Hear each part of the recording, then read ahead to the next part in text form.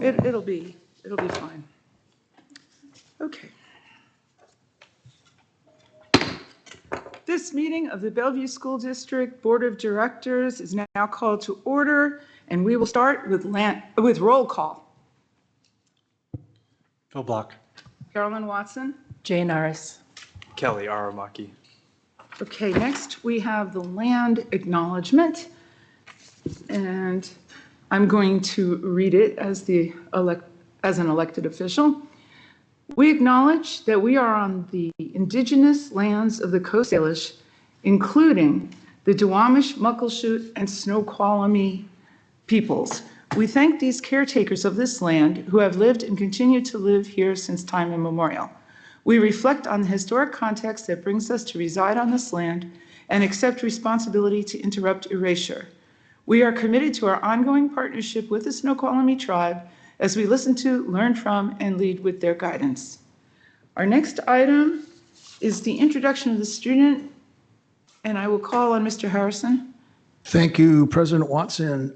It's my pleasure tonight to introduce to you Dr. Joe Potts, the principal of Odell, to introduce his student.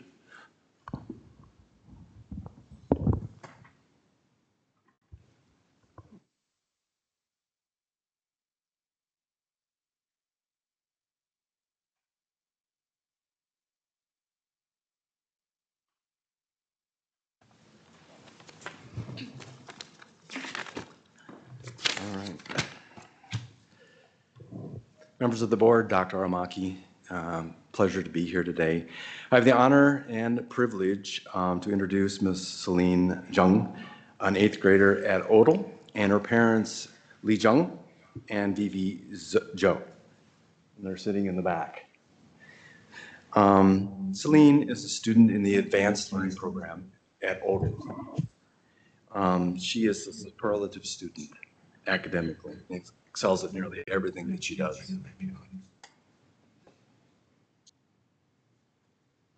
She is also a student who is involved in many activities at school, but perhaps most importantly, she is an extremely sincere and delightful young lady, kind and gracious, just giving and supportive. She's an excellent role model for nearly everyone at Odell. She's involved in student leadership, web leadership, debate club, future problem solvers, Model UN, and ASB.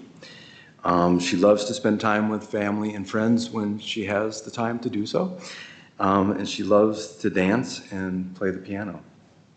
When asked how she would feel about public speaking, she said, "Oh, I'll do well, Dr. Potts. Public speaking is my jam." And I believe that you will see that that's true tonight. Okay. Celine Jung. So, would you like us to pledge allegiance? Yeah, of course.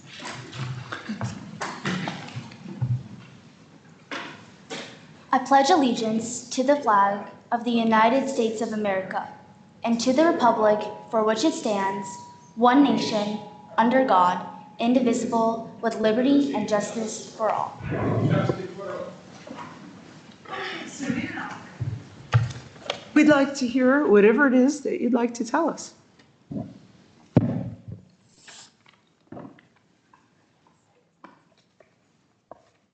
Board, administrators, teachers, staff, parents, students, and community members. Thank you for the opportunity for me to speak here today. My name is Celine Jung, and I'm an 8th grader at Odell Middle School. Wow, 3 years. Part of it feels amazing because we grew so much and learned to lead to be the oldest at school, but a lot of it's also nostalgia. Looking back at these 3 years, I figured I should probably start with a throwback confession. When I first walked into Odell, I expected middle school to feel dramatic, like in the movies. Oh, and it was. Only it was pure chaos and then confusion, and then more chaos, and then following more confusion. I came in imagining I would paint the perfect middle school picture for myself. And now in my last year of middle school, I think it's safe to say that 6th grade me was completely wrong. Everything at Odell has played a role in changing me as a person. But if there's one thing I could take away from it, it was the abundance of extracurriculars that I engaged myself in. My journey truly began with debate. It was the first activity I started at Odell, and it quickly became the foundation of my confidence as well as my core passion. Debate taught me how to express my thoughts clearly and trust my own reasoning. It pushed me to speak up, refine my ideas, and discover that public speaking was something I genuinely enjoyed. More importantly, it brought me my best friend, who is my debate partner then and now I'm forever grateful for. Debate didn't just give me a voice, it gave me a sense of belonging and the first brushstrokes of the person I was becoming. That early confidence that blossomed in 6th grade made me curious about solving issues about the world, which led me to future problem solving in 7th grade. FPS brought my communication skills into a team setting where collaboration mattered as much as clarity. Working through scenarios required patience, listening, and trust. Our journey from competing at state to camping to late-night FaceTime calls to donating snacks to the FPS community in celebration showed me what it felt like to contribute to something bigger than me. The mentors there I met shaped how I approached problem solving and leadership too. They helped me understand that growth isn't clean or simple, and that some of the most important lessons come from working through messy, uncertain moments with others. And that understanding carried me into one of my most challenging experiences, running for ASB. I prepared carefully and hoped that it would be my next step in my middle school career. However, when the results came in, I learned the outcome I feared the most. Losing publicly was difficult. It truly was. But instead of ruining the painting I was trying so hard to create, that became one of the moments that gave it depth. The resilience I got from debate and FPS helped me see that setbacks are part of the journey that shapes who you are. So encouraged by friends, teachers, and staff, I continued to pursue ASB and eventually became a grade representative. I learned that leadership is not about titles, but about consistency, intention, and the willingness to try again. I still actively involve myself in class reps whenever I can to make my goal of improving and supporting the student body for Odell come true. My family also played a central role in that growth, supporting me every step of the way, and to this day, that door of opportunity is wider than ever. By 8th grade, those experiences naturally led me to wanting to establish my own mark at Odell for everything it has brought me. For me, that was starting MUN Club. MUN brought together everything I learned, and creating the club with an alumni mentor allowed me to give me something lasting back to Odell. Watching younger students discover their own passions has become one of my most rewarding moments here, sometimes even greater than my own to see students find their passions like I once did. Looking back, that 6th grade me would be shocked knowing my journey at Odell up to now. That Celine came in imagining about painting a perfect middle school picture. What I did not realize was that the smudges, the eraser marks, and the uneven lines, the moments of failure and uncertainty would become parts of the final painting far more meaningful than anything I expected. Odell gave me opportunities and a community that believed in me even when I doubted myself. So to all the students, teachers, parents, and administrators here today, I encourage you to nurture the passions of the students around you. Remind them to keep trying even when their picture feels flawed. You never know how those imperfect strokes might shape a journey that becomes more meaningful than anything they imagined. And lastly, before I wrap this up, I would like to end my speech today by thanking the people in my middle school years that helped me be the person I am today. To my family, thank you for guiding, supporting, and helping me grow with endless hope and love. To my teachers, thank you for shaping my growth, challenging and standing by me through every step of this journey. To my mentors, your advice, encouragement, and examples have helped me in countless ways, and I'm sincerely grateful. To my friends, your support, honesty, and laughter have carried me through the most difficult and meaningful times, and I loved crying and celebrating through every moment with you guys. And finally, to Odell Middle School, thank you for turning these 3 years into a painting I will always cherish. Thank you. Okay, thank you. Now it's time for acknowledgements. Yeah. Okay, so on the 2nd of December, we have National Special Education Day. On the 7th, it's Pearl Harbor Remembrance Day. On the 8th through 12th, it's Computer Science Education Week. From the 14th to the 22nd, it's Hanukkah. And from the 16th to the 24th, it's Los Posadas. Okay, next we're on to the approval of tonight's agenda. So as usual, I'll need a motion to approve tonight's agenda. I move to approve tonight's agenda. I'll second. All right, it's okay. And then, does anybody want to discuss the agenda? No. Okay, all those in favor of approving tonight's agenda, please say aye. Aye. I don't hear anybody not saying aye, if that makes sense. So that passed. Okay, next, we're going on to the interesting part, the swearing in of the new board members. So I'm going to call on Dr. Aramaki to take care of that. Okay, great. If I could have Tracy Macklin come on up. No pressure, we have to follow Celine. Okay. Let me just grab this. Yes, go right in front. Go. Okay, it is truly a pleasure to be able to swear in Tracy as a new board director. We got to spend some time together at the WASDA conference, the school board conference, a couple weeks ago. And it was just great getting to know you. And it's going to be an incredible journey with Tracy on the board. And the school district is in such good hands. So we both have a copy in case we forget the words. Okay, and we'll both hold it like this. Yeah, right, exactly. Okay, so please repeat after me. I, Tracy Macklin, do solemnly affirm I, Tracy Macklin, do solemnly affirm to support the Constitution of the United States and the Constitution of the State of Washington, to support the Constitution of the United States and the Constitution of the State of Washington, uphold the laws of Washington State, uphold the laws of Washington State, and will faithfully perform the duties of Director of District 3, and will faithfully perform the duties of Director of District 3, Bellevue School District number 405, Bellevue School District number 405, in the County of King, State of Washington, in the County of King, State of Washington, according to the best of my ability. according to the best of my ability. Congratulations.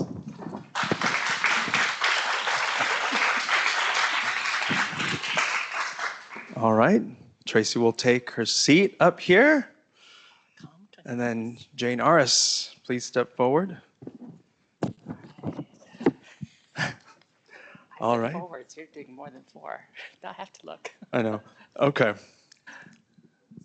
I, Jane Aris, do solemnly affirm I, Jane Aris, do solemnly affirm to support the Constitution of the United States and the Constitution of the State of Washington, to support the Constitution of the United States and the Constitution of State of Washington, uphold the laws of Washington State, uphold the laws of Washington State, and will faithfully perform the duties of Director of District 5, and will faithfully perform the duties of Director District 5, Bellevue School District number 405, Bellevue School District number 405, in the County of King, State of Washington, in the County of King, State of Washington, according to the best of my ability. according to the best of my ability. Congratulations.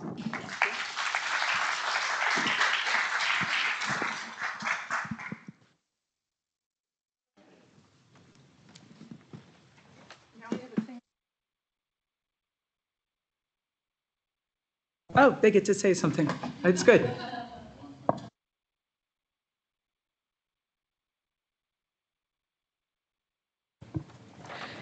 Good afternoon. I am truly honored to be here today as a newly sworn-in member of the Bellevue School District Board of Directors. This is especially meaningful to me because I am not only a parent of a child currently learning in BSD, but also a proud alumnus of this very district. Bellevue schools shaped who I am. My teachers encouraged curiosity, challenged me to think critically, and inspired me to believe in my own potential. Those lessons stayed with me long after graduation, and I see them alive in my own child's classrooms. As a parent, I understand the hopes, dreams, and concerns that every family carries for their child's education. I also see the dedication, passion, and creativity of our teachers and staff, the same qualities that impacted me as a student. It is that unique perspective, both as someone who has walked these halls and someone whose child is walking them now, that I bring to this role. I'm committed to listening deeply, acting thoughtfully, and making decisions that keep every student's success and well-being at the center. I also want to ensure strong financial accountability. Every dollar our community entrusts to the district must be managed transparently and strategically to maximize the impact on student learning and opportunities. I believe that fiscal responsibility and educational excellence go hand in hand. They are both essential to sustaining the quality of education BSD families have come to expect. I look forward to working with my fellow board members, educators, and the Bellevue community to ensure that every student has the support, opportunity, and encouragement they need to thrive, not just academically, but as confident, compassionate, and capable individuals. I also want to thank my family, most of whom is here right now, my parents, Ron and Barbara Coe, my brother, Aaron Coe, my wonderful husband, Tyler Macklin, and my lovely daughter, Zoe Macklin. Thank you so much for your support. I'm humbled, excited, and ready to roll up my sleeves for the work ahead. Thank you.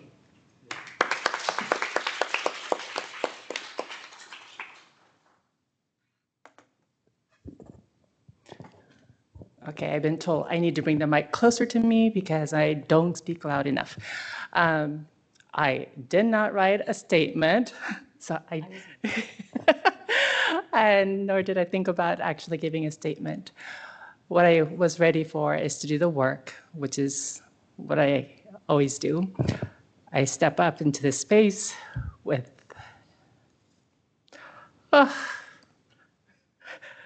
okay, you always get to see my emotional side, which is that I step into the space for each and every child. So my focus was actually on today's agenda and what to discuss and where my brain was, not personal statement. So bear with me. That's it. That's all I have because my brain is already on the agenda. That's good.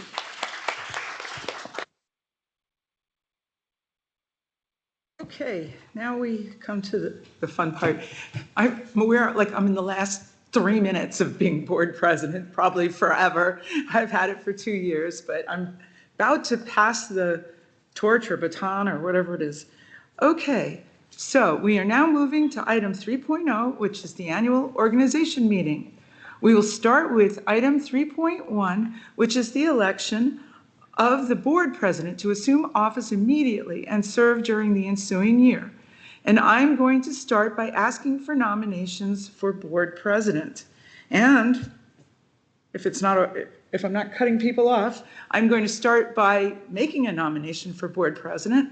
I nominate Director Phil Block for board president. Now, would anybody else like to nominate somebody? That's the second ask. All right, I have to ask 3 times. For the third ask, would anybody else like to nominate somebody for board president? Okay, now that we've done that, we're going to have a roll call vote for board president. So would the director from Area 1 like to vote? Yes. Okay, Director 2, that's me, I vote yes. Director from Area 3? Yes? And Director from Area 5? Yes. Okay, well, it seems that we now have a new board president for the upcoming year. Term lasts till this meeting next December.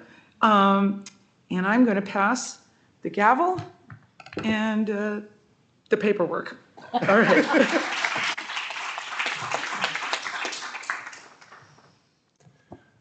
Bear with me, I've got to learn how to follow the instructions now. We now move to item 3.2, the election of the vice president to assume office immediately and serve during the ensuing year. I will start by asking for nominations for vice president.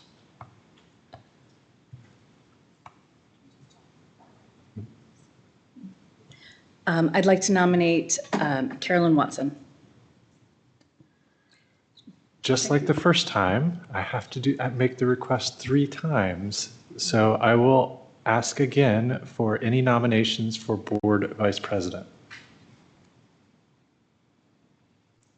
And for the 3rd time, I will ask for any nominations for board vice president. So with that, we have 1 nominee for board vice president, Carolyn Watson. I will call for a roll call vote. Director Area 1, Phil Block, votes yes. Director 2 votes yes. Director 3 votes yes. 5 yes. Okay. Oh, I'm not in charge. It'll take some learning. We will now move to item 3.3, the appointment of the legislative representative to assume the position immediately and serve during the ensuing year. I will start by asking for nominations for the legislative representative. I nominate Jane Aras, Director Aras, for legislative representative. And I will also add to the audience that there's no term limit on this. I have to repeat this 3 times as well. Are there any additional nominations for legislative representative? I ask for the 3rd time, are there any nominations for legislative representative? We have 1 nominee, Director Jane Aras. We're going to do a roll call vote. Director 1, yes. Director 2, yes. Director 3, yes. 5, yes.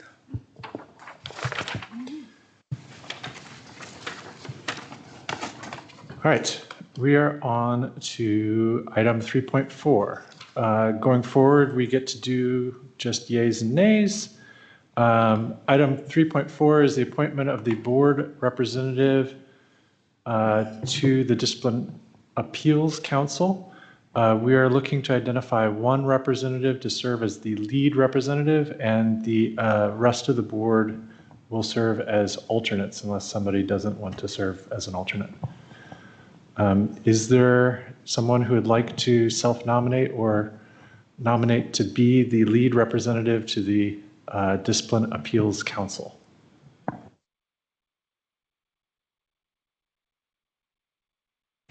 I nominate Tracy. So, Tracy, are you accepting that nomination? Unless there are any other nominees for the Discipline Appeals Council, we'll vote yay or nay for Tracy to be the lead representative for the Disciplinary Appeals Council. All those in favor vote yay. Yay. Yay. Yay. All those opposed vote nay. The yeas have it. Tracy, you are appointed as our lead representative, and all the rest of us are your alternates. So you can coordinate with us on an as-needed basis, but that does mean that initial referrals will go to you. We will now move to item 3.5, the appointment of a special committee to the board to identify the Disciplinary Appeals Council, or DAC, parent representatives. We are looking for 2 directors to review applicants and to identify nominees for that role. I'm going to self-nominate myself. Is that okay? Yeah. I'll self-nominate myself for that too. I appreciate that because I have never served on a DAC, and I think you guys have more perspective on what that's like. I haven't, but I've had some coaching. All right. I will take a vote for Director Watson and Director Aras to be the director, the special committee to the board for DAC parent recommendations. Those in favor vote yay. Yay. Yay. I was wondering if I could just explain what this was. Sure. To anybody who's Point of order. interested. This is a new thing that we instituted a meeting or 2 ago, and it's just that we want to, the district's been collecting some applications for parents who would like to serve on the Disciplinary Appeals Council, and we just want 2 board members who will go through those applications with some help from the EDDM group and bring forward to the full board to vote on who they recommend. But it's just like a first pass through to make this whole thing more manageable. Yeah, so essentially they're reviewing the applications to bring forward the best. And you know that there was a revision of the policy because we used to have PTA do it, and we appreciate that greatly. But there was some feeling that we could cast a much wider net, which we're trying to do. So if you're interested, please apply. All right, so to complete the vote, we have, I think, 4 yays. Do we have any nays for the appointment of Director Watson and Director Aras to the special committee to the board for the DAC parent recommendations? Hearing no, the yays have it. They are appointed to that role. We will now move to item 3.6, appointment of Board Audit and Finance Advisory Council Director members. So we have 1 vacancy in that role. We have 1 ongoing representative. Director Watson is ongoing, and we have 1 vacancy filling the role that Director Webster formerly served. Does anyone want to be nominated or self-nominate for that role? I would like to nominate Tracy. Macklin. Because she's got accounting expertise. That would be perfect. All right, so we have a nominee of Director Macklin. All those in favor vote yay. Yay. Okay. All those opposed vote nay. Yays have it. Director Macklin is appointed to the Board Audit and Finance Advisory Committee. Thank you. Now we get to move on to item number 4, public comment. So, Consent Consent agenda. agenda. sorry. I'm glad I'm not the only one having skipping to that. ahead. Who did this to me? Somebody gave me the, all right. Can I have a motion to approve the consent agenda? I move to approve the consent agenda. Second? It's been moved and seconded. Can we have a vote? All in the favor vote yay. Yay? Yeah. Okay. All opposed vote nay. Yeas have it. The consent agenda is approved. And now we're on to superintendent update. We'll get to the public comment in a minute. Sorry. Awesome. Thank you so much. Just first off, congratulations to and welcome to Director Macklin. We're thrilled to have you on the board. And of course, congratulations again to Director Aras for re-upping for another 4 years. We're thrilled. But this, being a school board director is a challenging job. And I say job, but they don't really get paid. But it's the role that they step into is so much work. But it is a critical role in a school district. And so, Director Macklin, welcome to the board. We're so happy to have you. And we're excited. By the end of January, we should have our 5th and final member. But this is an opportunity for me to say thank you to the board in general for their leadership in our school district. And related to that, at the school board conference a couple weeks ago, again, I'd mentioned this earlier, but our school board was awarded the Board of Distinction, and we're recognized at the school board conference. And in this picture, we have Monica Webster, who was a big part of helping us kind of apply for the Board of Distinction. So it was great to see her again there at the conference.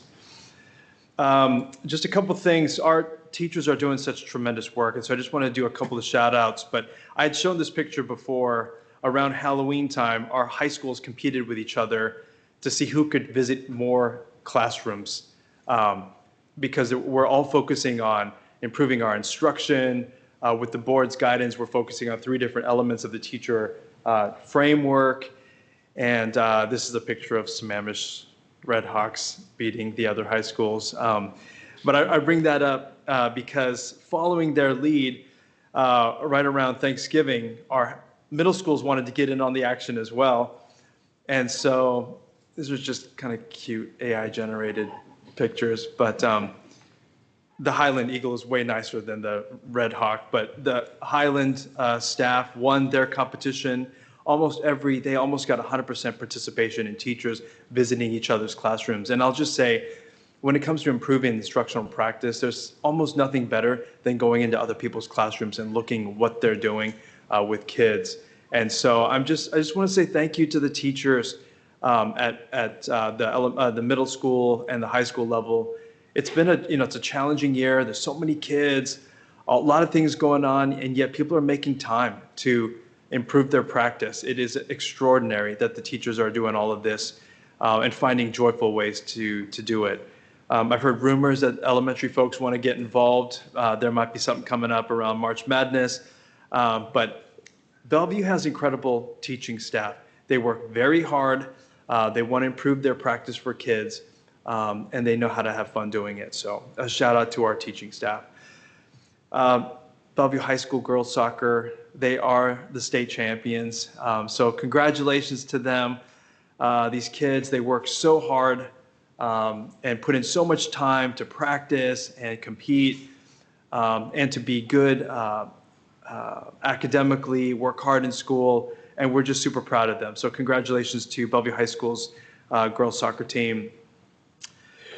Also celebration, AWSB, the Association of Washington School Principals, they gave an award to Newport High School called the Culture Kickoff Award. I think about 30 schools in the district got this award, but it's basically an award for schools who create positive culture in collaboration with students and staff. And so if you've ever been to Newport, I mean, they know how to have fun. They have bobbleheads all over the place, and kids do amazing things to bring joy to that school. And the staff are really great partners with the kids for doing that. So congratulations to Newport High School. We talked about this when you did the acknowledgements, but December 8 to 14 is Computer Science Education Week. So that is coming up just around the corner. And it's very exciting. Bellevue has participated in this for years and years. But now with kind of the evolution of computer science and AI, we are participating in what used to be called the Hour of Code, is now called the Hour of AI. And so I got to go through kind of the module that the kids are going to get to go through during this week. And it's very cool because it kind of blends coding with AI technology. And so kids are going to get to experience using AI to design a character who's dancing and choose the background and all of that stuff. And so very exciting. I know that there's a lot of excitement / concern about AI in schools, and I just want our community to know that, you know, we do think that it's important that we teach our kids how to use AI and how to live in the world of AI, because if we don't teach them and prepare them for that, they will be underprepared when they go out into the work world. And so we do want to be innovative and front running when it comes to helping kids understand and use artificial intelligence. But at the same time, I also want the community to know that we're very thoughtful about protecting our kids from some of the downsides of AI. And so we'll be doing more communication with our community about AI in the Bellevue School District, but expect next week to be a fun week. Kids will be coming home talking about coding and AI, and we're excited about bringing that experience to our kids across the system. I just wanted to, this one is more on the somber side, but Paul Overstreet was a bus driver in the Bellevue School District, and just a couple of weeks back passed away unexpectedly. And just the stories that are coming out about him are absolutely incredible. He loved kids. There's a picture that a Stevenson student drew. It says, "We love you, Mr. Paul." But he drove the special education route, one of the special education routes for Stevenson. And the staff at Stevenson said that the kids love him so much. And one student who has autism asks about him every single day. "Where's Mr. Paul? Where's Mr. Paul?" He's just had that kind of impact on kids, but he's also had that kind of impact on his colleagues. He was living an incredible life. We were going to feature him in some promotional videos for transportation. And I had a chance to talk to his wife and his daughter. His daughter and I graduated from Newport High School this exact same year. And we just got to reminisce about him and talk about how incredible of a man he was as a family member, but also as a staff member. So I just want to honor Paul for his service to the Bellevue School District. And that's the end of superintendent comments. Thank you. That brings us to item 6, which I tried to jump to earlier, public comment. The board values public comment and input and allocates 20 minutes per meeting for public comments, with each speaker limited to approximately 2 minutes. Comments must be civil and within legal and district boundaries. The meeting chair may end comments that exceed time limits or violate standards of civility. The board expects the same level of civility that the board imposes on itself. Uncivil comments include those that are libelous, obscene, violate privacy, incite unlawful acts, or disrupt the meeting. The board reserves the right to maintain order, but differentiates between uncivil remarks and critical yet respectful commentary. I'll also note that the board listens intently to these comments, but we are unable to respond to public comment during this meeting because comments aren't on, the comment items are not on our agenda. Mr. Harrison, can you please introduce the public commenters? Thank you, President Block. I can do that. We actually have a full slate tonight. We have 10 speakers. They are all here in person. Just a reminder to each of our speakers that there is a 2-minute time limit. In the top left-hand corner of the screen, you'll see the clock that counts down once you begin speaking. And I would just ask that each person please state your name for the record before you begin your comments. And as the person before you is finishing up, you can start getting ready to make your way to the front here. So we'll start tonight with Mr. Alex Zimmerman.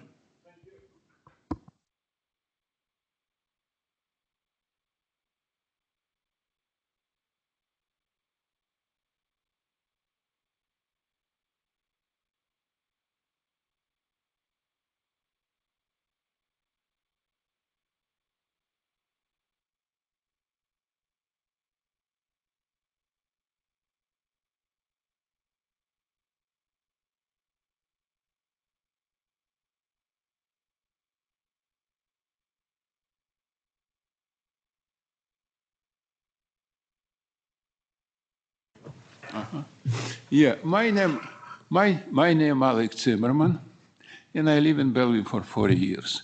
I want to speak about something today about critical for school and critical for our children. Fundamental critical. I'm talking about taxes. So right now, a new proposition for taxes for rich people is critical because we need to bring us life back, what as we have before. So Mayor Robinson, a couple of days ago, talked about these taxes, rich is not good. She looked to me like a crook, like cheap, dirty prostitute by Amazon. It's exactly what's happened. In average income right now in Bellevue, $200,000, guys. This one from big, rich city in America. So taxes will be good to children, to poor, to everybody. So I right now speak to everybody, so need understand. It's only one chance make Bellevue great again. You know what it means? Make us life normal. Because I, for example, low-income senior citizen, I cannot rent in Bellevue every room. It's too expensive, everything. Why? I live this 40 years so right now because Mayor Robinson in Amazon connection, I possibly move out. In one nuance, very important, Mayor Robinson's salary, like a consul, $400 per hour. I repeat, she make $400 per hour. So salary average, this means almost $1 million regular. This is very important. This is exactly what I want to speak to everybody. Viva Trump, viva New American Revolution. Stand up, slave and happy cow. We need to bring us life back to normal, like we have before. Thank you very much. Our next speaker is Miranda Eisman.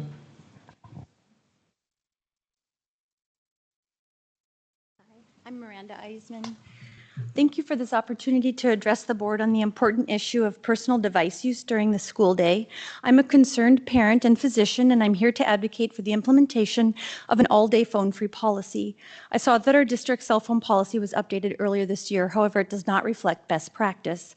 Policies that only limit phone use during class time fall short. This only addresses academic outcomes, whereas all-day policies restore essential opportunities for social development and promote the success of the whole child. In addition, John Harrison, the Chief of Staff, has been been quoted as saying that the, quote, implementation of this policy has been inconsistent between teachers and schools, end quote. This potpourri approach is inadequate, and why are we burdening our teachers with policing personal devices? Let's give teachers back their students and give students back the school day. I want to convey that this is an urgent matter. Students are being harmed. We have a mental health crisis. Cognitive performance and test scores are declining, and teachers and students want this. Recently, the American Federation of Teachers, the National Education Association, and over 40 other organizations have signed an open letter calling for all schools to enact a robust bell-to-bell phone-free school policy. Our policy needs to be strengthened to be implemented from first bell to last bell of the day, and to be cautious with punitive measures for noncompliance, because after all, this is addiction that we are talking about and should be treated as such. Furthermore, bell-to-bell is the gold standard in emergency situations. Security experts agree that phones make students less safe by distracting them from following safety instructions. I am thrilled to share with you that implementation of this does not need a special budget and can be done with resources that we already have. Also, the Phone Free Schools movement does provide a comprehensive administrator toolkit designed to help districts like ours successfully transition to a phone-free environment, and I brought a copy for you. We do not have to reinvent the wheel, and I urge you to take a look. Thank you for your time and consideration. Thank you. Yes, sir.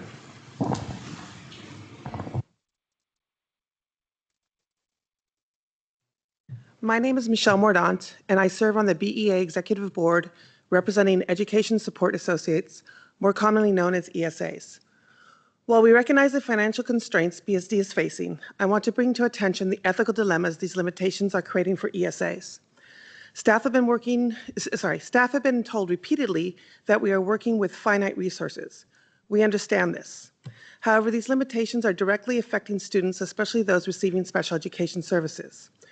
For example, this school year began with special education social workers already over caseload, something that usually happens only near the end of the year. As a result, they must make difficult decisions about which students they can see simply because there are not enough hours in the week. This is an ethical dilemma. Other ESAs face similar ethical dilemmas and challenges. Speech-language pathologists balancing IEP minutes, evaluations, and case management. School psychologists working under significant pressure to meet state-imposed evaluation deadlines with above-average caseloads. School counselors, particularly at the elementary level, without assistant principals, managing overwhelming numbers of 504 plans. School nurses, many working with school caseload overages. We share the same goal, to uphold BSD's reputation as a district of excellence, where every student truly matters. The message regarding limited resources has been heard. What is needed now from BSD is the development of realistic, sustainable solutions and meaningful support from administrators as ESA strive to provide exceptional services for our students. I hope I've been able to convey the real impact these financial constraints are having on both students and staff. Each day, ESAs are required to make decisions with significant ethical implications, and the cumulative weight of these decisions is affecting the quality of the services we provide, the overall workplace culture, and the well-being of our staff. Thank you for your time. Thank you.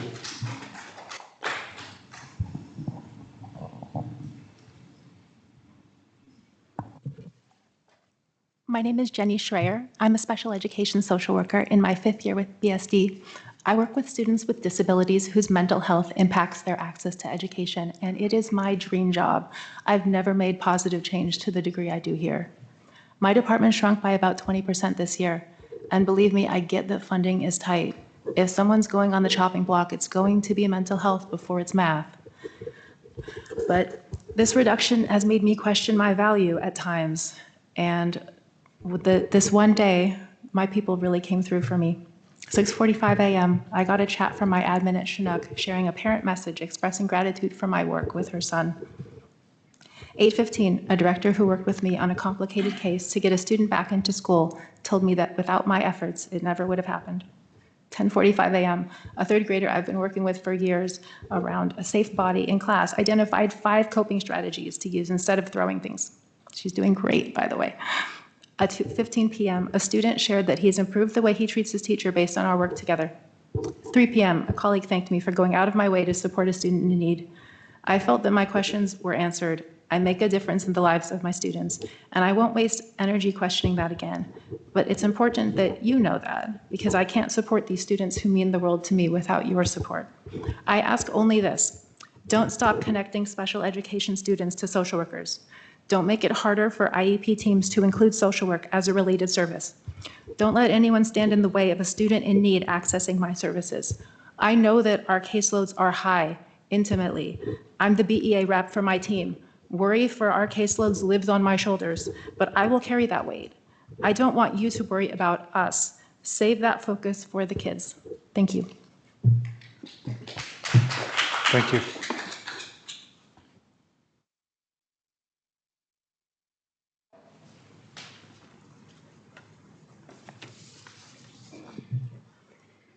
My name is Holly Dvorak, and I'm an occupational therapist in the Bellevue School District. Last year, a group of our OTs and PTs presented to the board about our staffing issues. BSD has uniquely staffed their OTs and PTs at extraordinarily high caseloads, 20 to 30% higher than other districts. In spring of 2024, BSD cut 10% of our department's staffing, spreading us even thinner. While understaffed last year, we could not provide the quality therapy services required by our students' IEPs. Unfortunately, our caseload targets in the collective bargaining agreement were not adjusted in the new contract. Due to impossible workloads and deflating morale, BSD lost 3 out of our 7 physical therapists last spring. This year, although our caseload targets in the contract didn't change, FTE was added and our caseload started at the low end of our target ranges instead of into remedy. Students are receiving their service minutes and we're often celebrating successes. We felt heard when we presented to the board last year, and we want to say thank you. Thanks to each of you and our BSD admin, students are accessing the OT and PT services they need to be safe at school and to learn this year.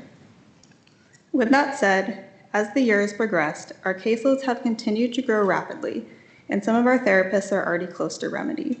We know the impact we can have as OTs and PTs will continue to be stunted with contract caseload targets that are 30% higher than neighboring school districts. We lost experienced staff and had difficulty hiring this year, as our contract for OTs and PTs is not competitive.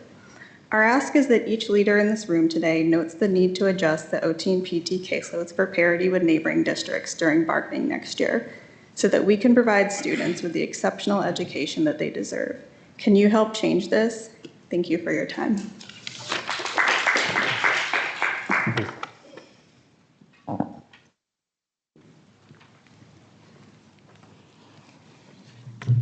Good evening. My name is Reagan Lorden, the BEA Vice President. I wanted to speak tonight about this growing strain on our special education system. With current staffing levels, there are not enough minutes in the week for teachers to meet IEP service requirements, and as a result, our students are not receiving the full support they are entitled to. Educators are leaving work each day feeling like they failed despite giving everything they have. When staffing levels are not enough to meet the needs of our students, it makes it impossible for our excellent educators to fully serve them. Our educators are already doing everything they can, working through lunches, staying late, taking work home, rearranging their entire day because they care deeply about their students. However, due to the growing needs for special services of our student population, educators' expertise, passion, and dedication cannot compensate for the gaps created by structural understaffing. This lack of adequate services is also driving increased behavioral changes in our learning communities, especially in already large classrooms. It's becoming a vicious cycle. When students' needs go unmet, behaviors escalate, which then pulls staff away from providing critical services and support, which in turn exacerbates the problem even further. This systemic pattern of understaffing continues to grow in its impact and is disrupting the learning of all students. And while the remedy payout for special education is meant to acknowledge chronic overwork, the complex hoops educators must jump through to get to it, sorting caseloads, documenting every discrepancy, and justifying workload only adds to the burden and takes more time away from their work. And so what is intended as relief becomes yet another task piled onto an already impossible day, and it pushes the systemic problems onto the backs of our educators instead of addressing them. Our educators are committed to our students. They need staffing, support, and systems that allow them to meet those needs, not structures that make the work harder. Thank you.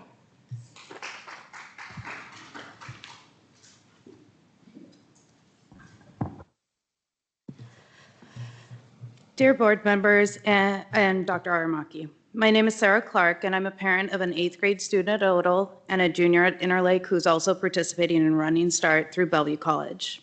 I'm also an educator who has been in the district for 22 years and has taught at Highland International and Medina currently.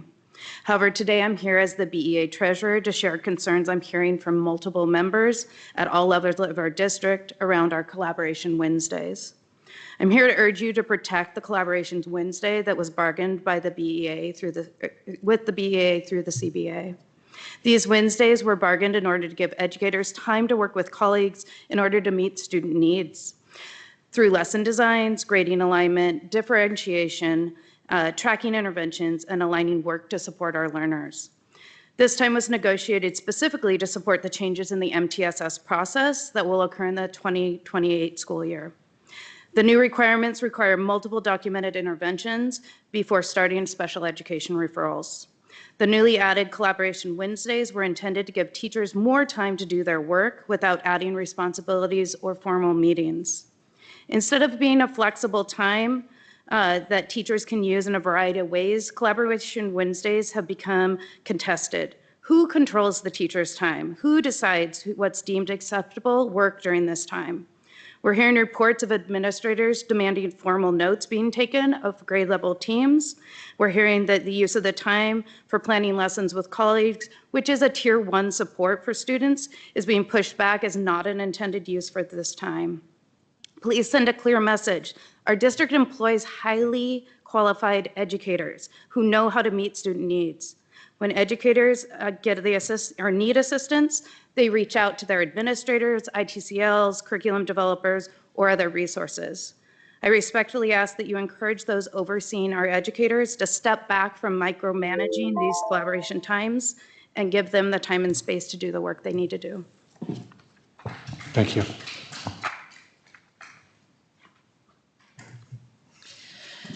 Good evening, Dr. Aramaki and board directors. My name is Abigail Horsfall. I am here to share current challenges with the middle school non-centered advanced learning program, which falls under the special ed umbrella. As a 15-year math teacher across 3 Bellevue middle schools, and now as an instructional coach at International, supporting my building and district math educators, I see the challenges educators face trying to provide differentiated services to domain-specific and homeschool AL students in gen ed classes. At International, over 1/3 of our students qualify for AL services, many who opt out of the centered program to attend IS. These families are told their students will have experiences such as probing with advanced comprehension and open-ended questions, provide choice menus differentiated by thinking skill, content, and/or product, provide advanced abstract and complex material at a faster pace, and engage in hands-on experiences and use of manipulatives. Unfortunately, these extensions and manipulatives are not typically included in gen ed curricular resources. We end up cobbling things together to meet the needs of these students. Educators come to me often asking for help in finding resources to provide. Unlike students receiving special education or MLL services, middle school students receiving AL services outside of centered programs are not supported by case managers or facilitators, and we are left to figure it out on our own. With increased class sizes, the additional workload required to fully support AL students in gen ed classes is too much. Meanwhile, as the parent of an AL-identified 6th grader who chose to attend her homeschool rather than travel across town away from her friends to attend the centered program at Odell, we were provided the same list of differentiated services my students and families at International are given. Although 16% of students at Chinook qualify for some level of AL services, these extensions are rarely offered. Her teachers are fantastic, and we are so appreciative of all they do. She loves school. There are simply not enough resources available. Please examine how and where we are providing AL services and consider what is truly best for kids and staff. Thank you.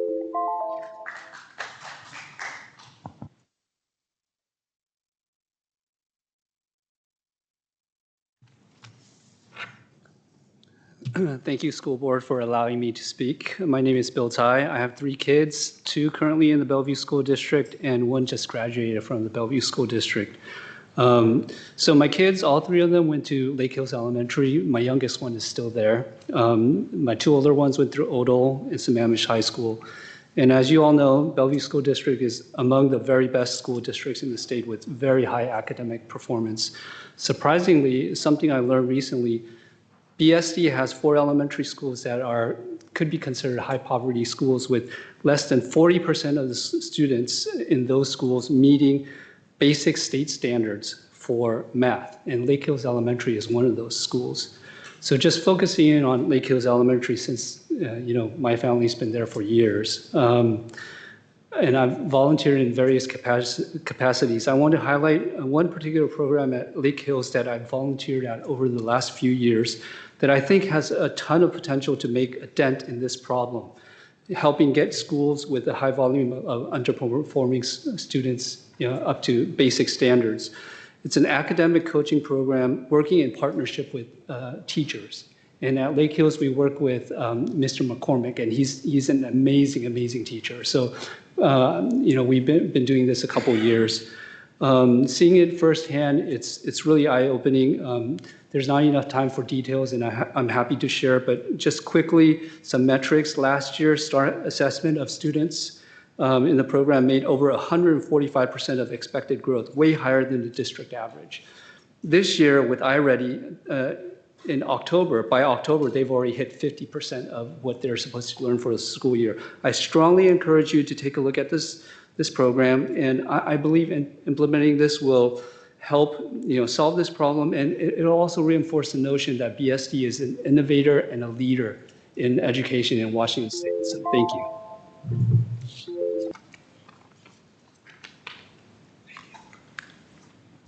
We now move to the online commenter. Thank you for allowing me this time. My name is Ann Westby-Koloviansky, and I'm a parent to 2 students at Sammamish High School. First of all, congratulations and welcome to Director Macklin. I look forward to her tenure on the board. Second, I wanted to speak today to give my appreciation to Dr. William Jackson and John Harrison for their recent work on implementing changes to policy 3241 and 3241.1p section I. Dr. Jackson and Mr. Harrison worked with a variety of stakeholders to ensure careful considerations of the impacts to our students and especially historically minoritized voices in all aspects of these policies. I encourage them and the district to continue using this model in future and commend the progress that Mr. Harrison and Dr. Jackson have done to ensure the safety and well-being of the students in Bellevue School District. Thank you again. Thank you.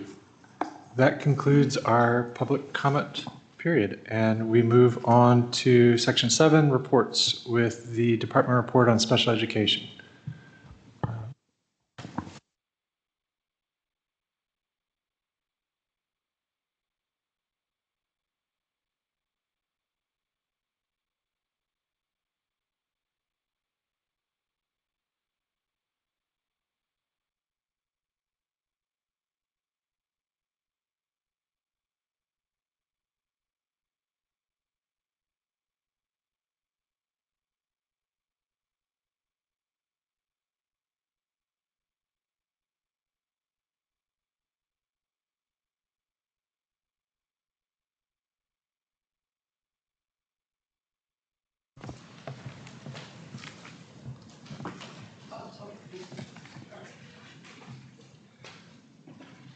Given the size of our group, I thought we would make name tags so that we would know who we are. We're just a couple of folks. So, we all ready?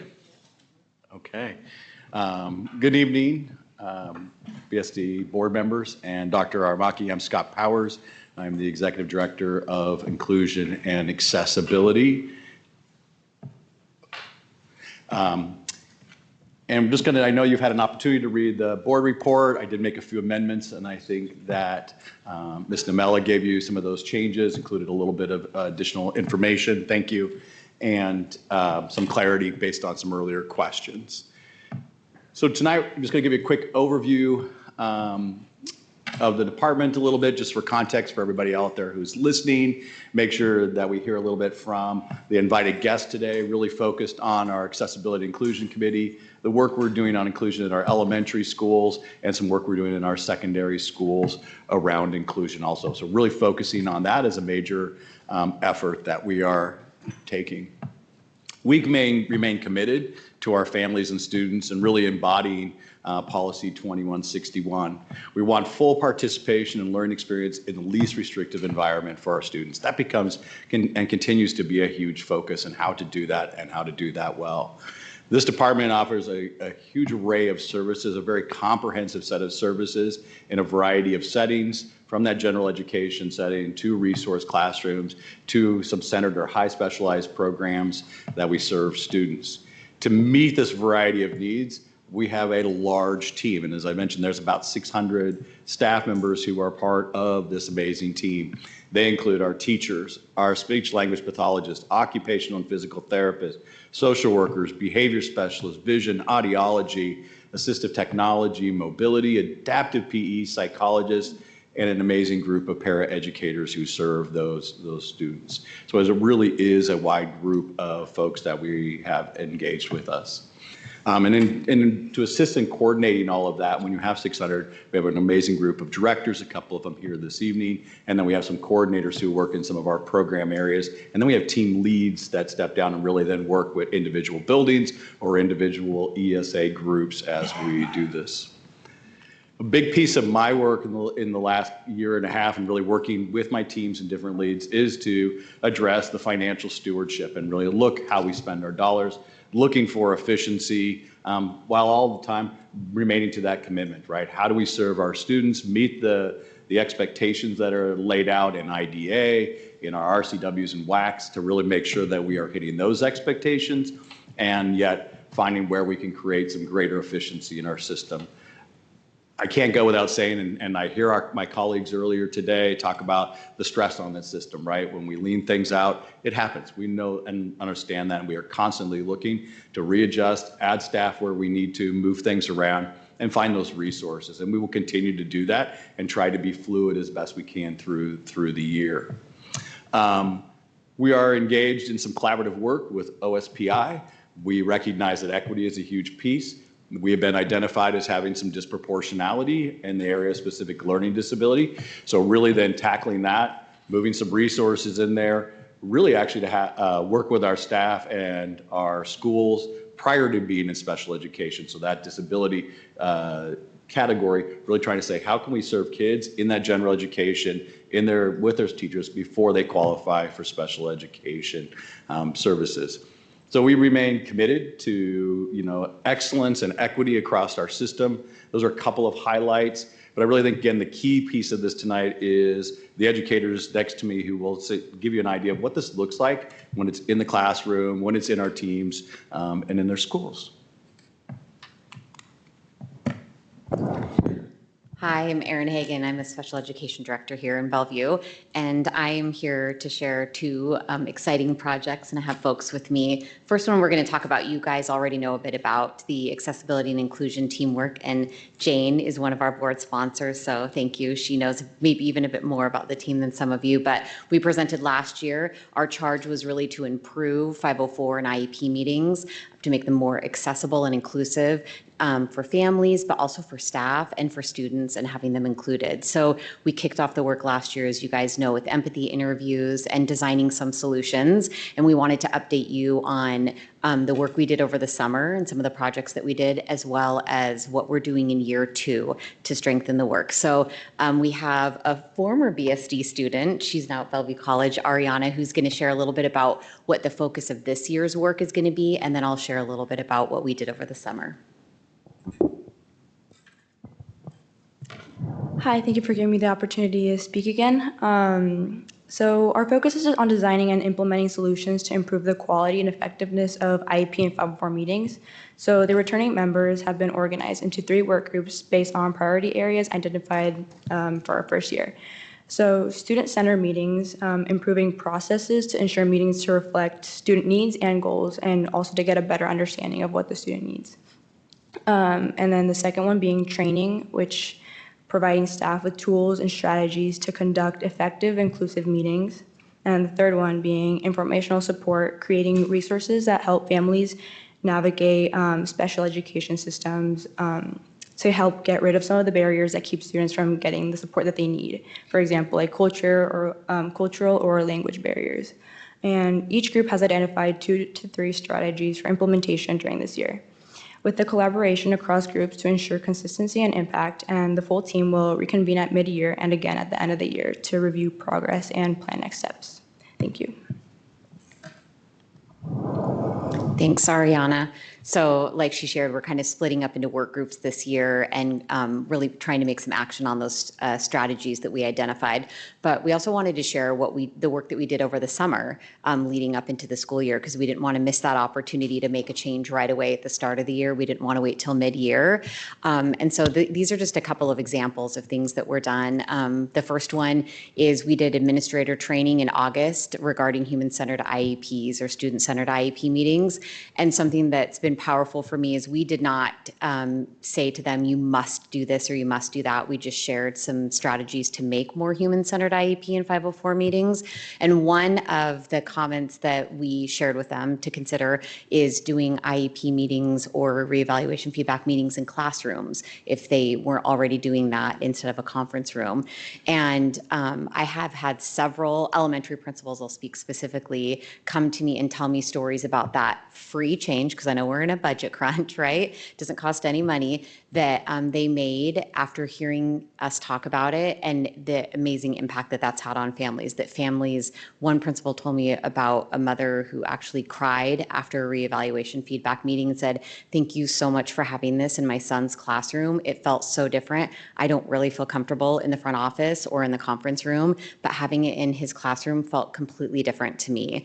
And so that, to me, was powerful, because I've just heard several stories like that from principals who weren't told that they had to do that, but they really motivated their teams to do that if they weren't already. But Stevenson was already doing that before we even, you'll hear from Stevenson in a minute. But another thing that we did was there was a special education handbook training at this Special Education Professional Development Day. So when we talk about the 3 work groups, informational support and training are 2 of the work groups, and that includes staff. That's not just providing training or informational support for families or students, but also for our own staff. So that was something that we worked on this summer.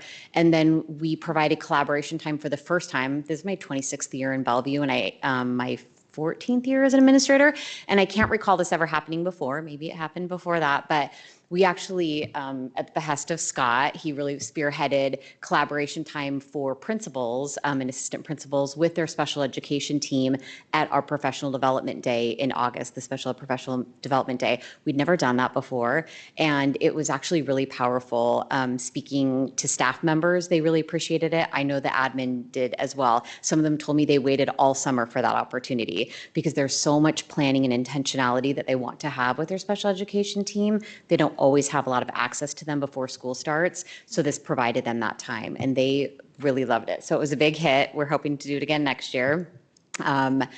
Also, Scott also spearheaded accommodations training and planning time built into every single professional development at schools in August. So he helped co-design a training that was then given to schools to tailor depending on where they were regarding with accommodations. And every single school had an opportunity to at least start looking at the student accommodations at their school and talking about next steps for how we can implement them with more fidelity. And another thing we did over the summer, and we're kind of doing this right now, I actually am helping with the informational support team. That's my subgroup team. And 2 things that we are kind of reviewing and hoping to bring forward soon to everyone is a family guide to special education, which our special education coaches and coordinators are really helping with to get that informational support to families, as well as an enrollment and placement roadmap for new families. So there's somebody here sitting in the audience who helped spearhead that as well, Angela Bossi. So she had a call from a new parent to us, happened to be preschool and special education, and that parent had a really challenging time navigating our website and navigating how to get their student enrolled. Something I appreciated that Angela did is she leaned into a tough conversation with that parent and learned. She went on the website herself and was like, this is pretty confusing. So she took it upon herself to make that easier for families. So we are reviewing that right now so that we can post that and hopefully help enrollment, especially for our families of students with special needs, to be a little bit easier. So it's just a little bit of work that we did and what we're working on this year. And now I'm going to pass it over to Stevenson to share about some exciting work that they're doing with UW Herring Center Partnership on inclusion. Thank you for having our Stevenson team here today. We're really grateful that we have the opportunity to speak about our wonderful partnership with the UW Herring Center to strengthen our inclusive systems. At Stevenson, we've been working for about 9 school years to deepen meaningful and sustainable inclusion. What we mean by inclusion is a neighborhood school that serves all students regardless of ability level and regardless of needs. This model embraces the idea that every student can learn and grow. Diversity is our strength, and everyone benefits from opportunities to learn alongside diverse peers. However, much of that work has felt building-led, like we were leveling up on our own each year without a clear roadmap. Our partnership with the UW program has been a turning point, and our team will talk about like what are some of the other ways that we have been building this up with the UW partnership. Hi. So the first way is we're moving from people-based to system-based solutions. Stevenson's partnership with UW has been amazing. That's my personal, I put that in there because it's been amazing. It's shifting inclusion work from people-dependent practices to stable system-based structures. We want systems to work regardless of who's in the system and actually rather in our building. So we wanted system to continue to be accessible regardless of who's working in the building and who's staffed there. If I leave, things will still be functioning and work well. Number 2, connecting our ideas to research-based systems. UW helping connect the school's inclusive practices to research-backed frameworks for greater consistency and sustainability. Hi, I'm Lindsay. We've also worked together to create purposeful collaboration spaces. In addition to the weekly collaboration as a special ed team, we're also doing monthly collaboration with all the instructional core. And we're also doing professional development with the University of Washington Herring Center. We're engaging in learning workshops. We had one in August where we focused on creating an accommodation tool, which is summarizing all the accommodations for the students in your class and providing that to the teachers to help them implement those accommodations, as well as resource mapping, where we sat down as grade level special ed teachers and put our daily schedule along the side of the general ed and then the students along the top, and we plugged in all their SDI minutes, whether it was push in, pull out, cognitive, social, and we did this so we could work together to get a bigger picture of where everyone is. In October, we did some implementing of inclusive, specially designed instruction, making sure goals are aligned with standard-based goals, and also inclusive purposes planner, where we're diving in deeper to what the school day looks like and what the student's purpose is in that school day, whether it's intellectual, personal, or social purpose.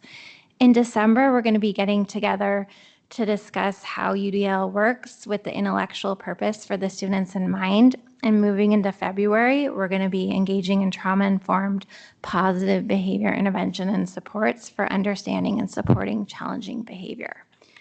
We also have done some resource mapping and alignment of our master schedule.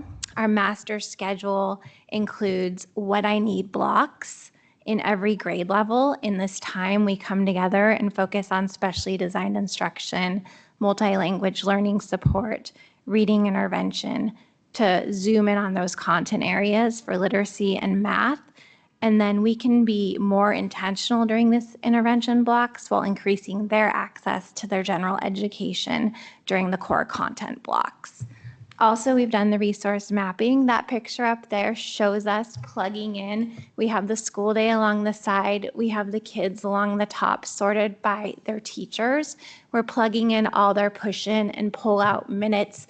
And really the intent of doing this is to maximize the best use of resources and time. If we have a couple first graders who are working on counting, they're going to be in there together in a group. So we're really blessed for this opportunity. Additionally, at the beginning of the year, we had an all-school professional development that was conducted by one of the amazing members from the Herring Center. And this was a really grounding experience for our team. They presented on sense of belonging for all students, and it helped to reset our lens on what being a neighborhood school truly means. And it's really an opportunity that all students deserve.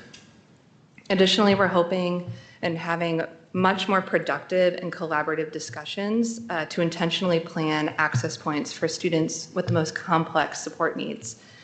We have been creating, Lindsay referred to it, and they're in the folder that you received, inclusive purpose planners.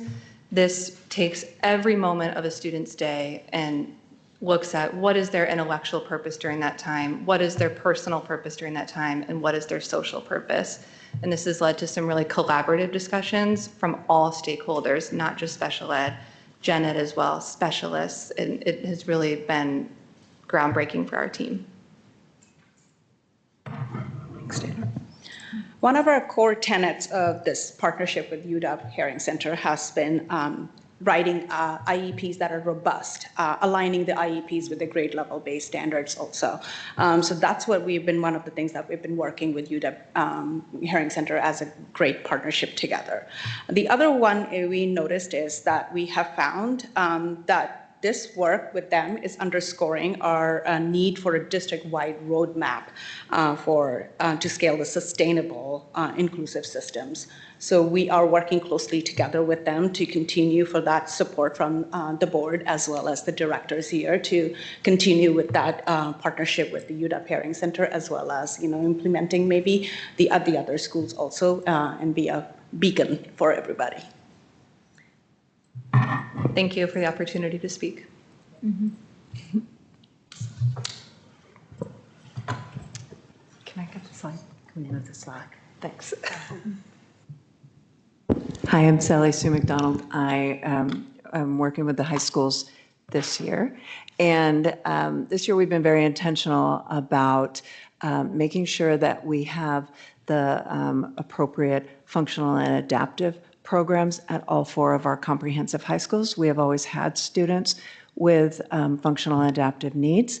And so 2 years ago, we started to look at staffing and location of their services. So I brought an amazing teacher with me who started 2 years ago, and we really started looking at the students that we had and the students we were serving and had been serving, and how Sammamish High School could better serve them. So Kelly Peterson. Thank you. Yeah, so at Sammamish High School, we have a huge range of students. We also have a Cascade program at our school. We have, there's Aiden. We have what we call our MRE program. We have 20 students that we've identified that have significant adaptive, social, cognitive needs. And they are with me and one other teacher. One thing that's really important to us is that our students get to go to their neighborhood school with their peers that they live near, and they get to play on the sports teams that their siblings get to play on, and those kind of things. That's really important to us. And so 100% of the students that I served this year have previously been in a center-based program. Some of them were exited from center-based programs. Some of them were slated to continue on in that path, but their parents chose to send them to their neighborhood school and trust us with, with supporting them. One thing that's important is that special education is a service, not a place, but for these students, a place really helps. So they have a designated home base. We have all the sensory supports that they could need. All of our ESAs come to us, right? So PT, OT, SLP, they get all of those services within our school. And I have a huge range of students just in my small little corner. And so I have students who are with me 1 class period a day, and I have students who are with me 7 class periods a day. And so we are working really hard to meet their needs, whatever that looks like. Yeah, it's great. Thank you.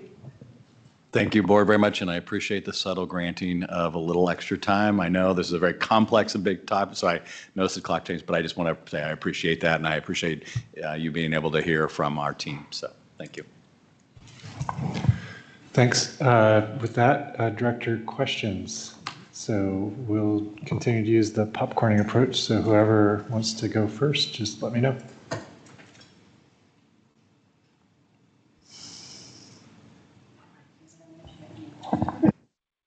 Director Aros. Okay, I'll go first.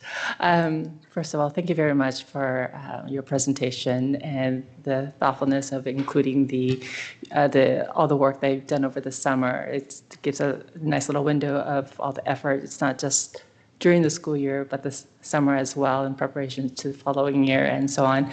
And I love hearing about some of the, okay, sorry, I took lots of notes.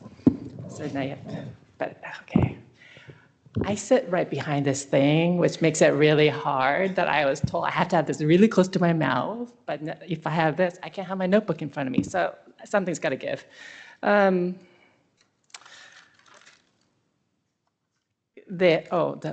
see, some of the things I appreciate that you guys mentioned, the human-centered IEPs, I think that's fantastic. I love the fact that you're also looking at the pathway to enrollment.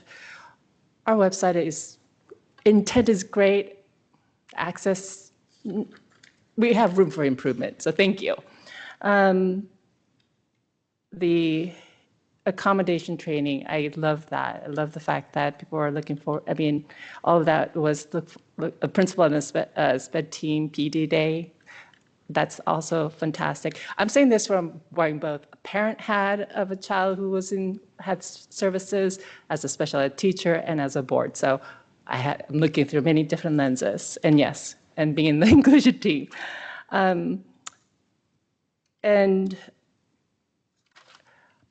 sticky notes, I mentioned this on Monday, it's like, there's gotta be an AI program that makes that part easier. There's gotta be, because yeah, let's be real. I mean, average teacher does not have special ed training, but they have to implement all the accommodations. At middle school and high school, there's a lot a single teacher has to deal with. And I know AI is a double-edged sword, but I can't help but there's a way we could find something that will make that portion a little bit easier. It's not easy for a general ed teacher to read all of the IEPs and 5-point reports and figure out how to put those sticky notes of things on a class to class. So I wonder if our district has squeezed some kind of funding somewhere to make that life a little bit easier for our general teachers. And I love the fact that you mentioned how it's a service, not a destination. It's not, they're all of our kids, and they deserve that. Now, going back, I do have a couple of wonders and clarification. Seriously, I'm out of time? I got a lot to say. Do I have more time? We might have time for a second round, unless let's hold it for a second time around. I think that we'll be able to make some time for a second time around, just to be fair to the other directors, unless others want to grant her that time now. Let's do it a second time around. It'll be my turn. It's a perennial challenge balancing these things, but a lot of what I want to say is kind of similar to what she's saying. But when I talk to parents, there are two main things. So, all right, let me back up and say, I like the fact that you did the August training, but I'm like, how do you know it sticks? I want a measurement. How do we know you reached all the teachers and that they took it in? How do we know that? Because what I hear from, and I like the fact that you sound like the IEP meetings are going to get better, but how do you get an IEP meeting? Because what I hear from parents when I go to those coffees and things and I talk to people, they don't understand why there's this delay in the IEP meeting, why they can't get it, why they can't reconvene the team and something's different and we need something. So there's a big pain point about scheduling of IEP meetings, getting all the people there. I know in my own personal IEP, 2 people didn't show up. The gen ed teacher didn't show up in elementary. So now what do we do? So getting those IEP meetings actually scheduled. And then the other thing is, I'm talking an area that I know more about. secondary gen ed kid, 7-period classes, they need some accommodations, right? They need, somebody doesn't hear well, needs to sit in front of the class. Somebody needs some written because they have like petite mal seizures going on. Somebody else needs something completely different, but they're small things. But this classroom teacher is going to see what, like 150, 170 people in the day? And what do I do when I walk into 3rd period biology and I have a bunch of kids there and I can't remember what the accommodations were, but that kid's going to go home and say, Miss So-and-so didn't give me the handout that's in my IEP so I can go over again at night. So I'm glad to hear Lindsay there say there's a tool to put some of this together.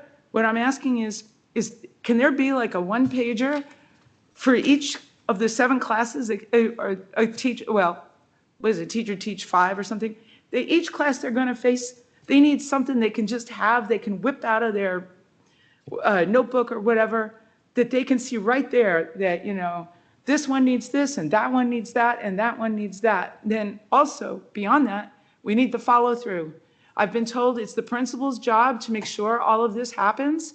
And the principal's got more teachers than you can imagine right now, right? So how are they going to know? They also need this information to know how can they follow up. So we need a system in place to get the IEPs happening on time or communicate with the parents when they're not getting them as expected, why they're not getting it as expected. We need something to make life easier on the teachers who have more students than ever, so they can meet at least these simple accommodations.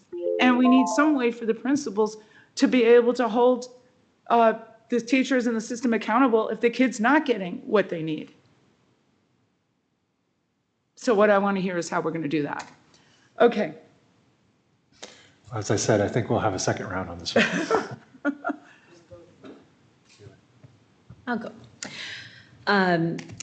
I did write some things from the report, so I'm sorry if some of this was potentially answered, so I'll try and skip that. But I want to thank you so much for your report today. I loved hearing all the different aspects of it that we could hear. I will say that I know this one was very much on progress, and I also have some questions to maybe see in a future report. So maybe not today, but in a future report. I also want to acknowledge our educators, our specialists, and support staff. The work they do every day is both incredibly meaningful and incredibly demanding. The complexity of needs, the legal requirements, the documentation that I know you have to do, and the emotional labor all create real stress and strain. And it is important for us as a district to name that honestly and continue to support our staff with the training, the time, and the practical tools so that they can do the best we can for our students, best they can, sorry. The work at Stevenson is impressive, for example, and I am hoping that we are able to continue to support you and then hopefully take what you have to other schools that maybe need a little bit more guidance and don't have that just yet. As we move forward, I'm glad to hear about our focus on strengthening the IEP and 504 processes, as it's a critical step in working towards a more human-centered system. That is something that I have also heard from parents, that it has not always been student-centered, but rather convenience-centered. So I'm glad to hear that that is refocusing. And I hope that families were involved in that improvement process. From the document, the IEP 3.0 system sounds very interesting, but it is just a tool. And so I'm hoping that there will always be that human eye that finds the requirements that need to be made to genuinely match a child's unique needs with what they with their requirements, reduce the risk that we have, remain legally compliant, of course, and use verbiage that will also make it easier to pursue safety net funding and grants, et cetera. Because we also have to be candid about the financial challenge. And I was glad to hear that strengthening the financial stewardship is also a goal of the department. As we know, special ed is chronically underfunded both at the state and the federal level. Districts spend approximately 26% more than they receive. I am preaching to the choir here. So while we continue our advocacy for sustainable funding, I'd like to also hear in a future report maybe how we can also look to internally at aligning resources where they have the greatest instructional impact and examine service models to ensure that they're both effective and fiscally responsible. Many thanks to the Safety Net team whose focused and deliberate efforts significantly improved our submissions, as we heard at the last meeting. In the report, you also mentioned tracking non-special ed charges. I'm not sure what that meant, what that was referring to, but perhaps just the charges that apply to all students. I wasn't quite sure how that, maybe something to clarify how it affects the finances. I only have 7 seconds. Has the Welcome Center helped at all? The placement of that? Summary of the teacher's master schedule. I love that, and also big fan of the one sheet, but also to make sure that the administrators, the hall people in the hall, oh, it didn't go off. That's why I'm like waiting for it to beep. Also have that, because it's one thing if somebody has an IEP, but not everybody's aware of it. And then there's confusion. Yeah. So thank you. I want to recognize that you guys are here just after, I think, the 50th anniversary of IDEA. I was hearing on NPR. It's actually my college classmate who was doing the speaking during the NPR video on our piece on that, Corey Turner. So it was great to hear him, but also great to hear how far we've come. They talked about how prior to IDEA, that only 1 in 5 special ed students were actually attending schools, and that has led to a remarkable growth and development and inclusion practices. And we have a long way to go, but we've also come a long way. I also don't think it's an accident that this presentation happens to be on the same day that we're talking about the school improvement plans. In some ways, I see what you guys presented to us as a little bit of the programmatic improvement plan for the special education programs and supports. And it's great to see that self-assessment and where we think we're going moving forward. I think that there's a lot to celebrate in what you guys presented. There's a lot of progress here. I do reflect that when we go out and meet, special ed almost always comes up from families as a pain point. We see the challenges of parents learning how to become advocates for themselves. I honestly can't imagine the wayfinding mentioned earlier. When you come into a program with special ed needs, how you find wayfinding, the only thing I can imagine is find somebody who has as close to the same needs as your student and learn everything you can from them, because there are a lot of resources, but they're hard to discover. And figuring out how to discover those is a real challenge that I think we recognize, and continuing to work to help people find those. The other thing we always hear about is IEPs. Not only the fight to sometimes get a meeting scheduled, but just the frustration that sometimes the IEPs aren't followed faithfully. And we recognize that there are a bunch of gen ed teachers with a bunch of different students walking in their classroom every day, and it's hard to keep track of 40 different students' needs, but working on the ways to make sure that we're providing them with easy access to those tools and recognition of when they may need to provide those special supports, I think is one of the critical things. The better we can do on that would be great.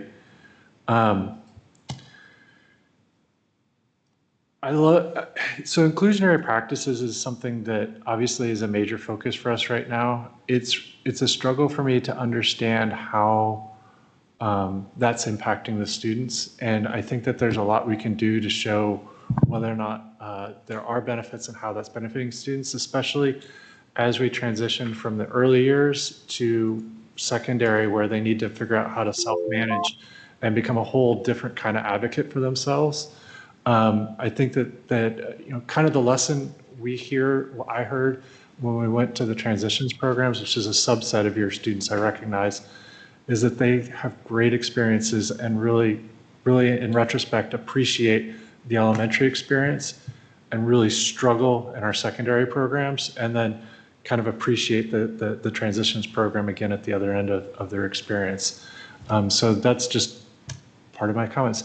As I suggested, I will make a motion that we do a second wraparound, and if somebody wants to second that, I think we can quickly agree to do that. Great. Okay, so now I get to finish my stuff here. Is that a real motion?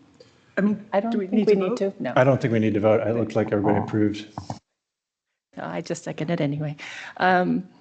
So I appreciate us trying to create a sustainable system. And it's a system-based, not a person-based. But at the same time, we also know that every student is very unique. And I like the fact that you're emphasizing on both ends. That said, I also understand special ed has never been fully funded, and kids are complex. Acknowledging all that, now I got a gripe. Looking at and I brought this up on Monday regarding the report, the graph, you separated the deaf and hard of hearing into two different categories. I'm curious to know why that was made, given that we don't separate the autism spectrum into separate categories. Deaf and hard of hearing is a spectrum. To separate that is to undermine them. So that's one. Two, I've done my homework since Monday, trying to make sure I said the right things and talked to specialists and reached out to the state and so forth. OSPI doesn't separate it, so I don't see why we are. Audiology department, my understanding last year we had identified over 600, somewhere between 600 to 650 students that show some hearing differences. The national statistics says that 1.4% of students of K through 12 receive DHH services. Of that, 77% should be receiving IEP or 504. We have less than 1%, if I remember correctly. If you think about the fact that we have 20,000 students, that puts us at 1%, not 1.4, 1%, 200 students that qualifies or should be qualifying for IEP and 504. I'm curious to know why we are so under per average of national standards when we have twice as much in the autism spectrum identified. Where are we going wrong? All right. Okay.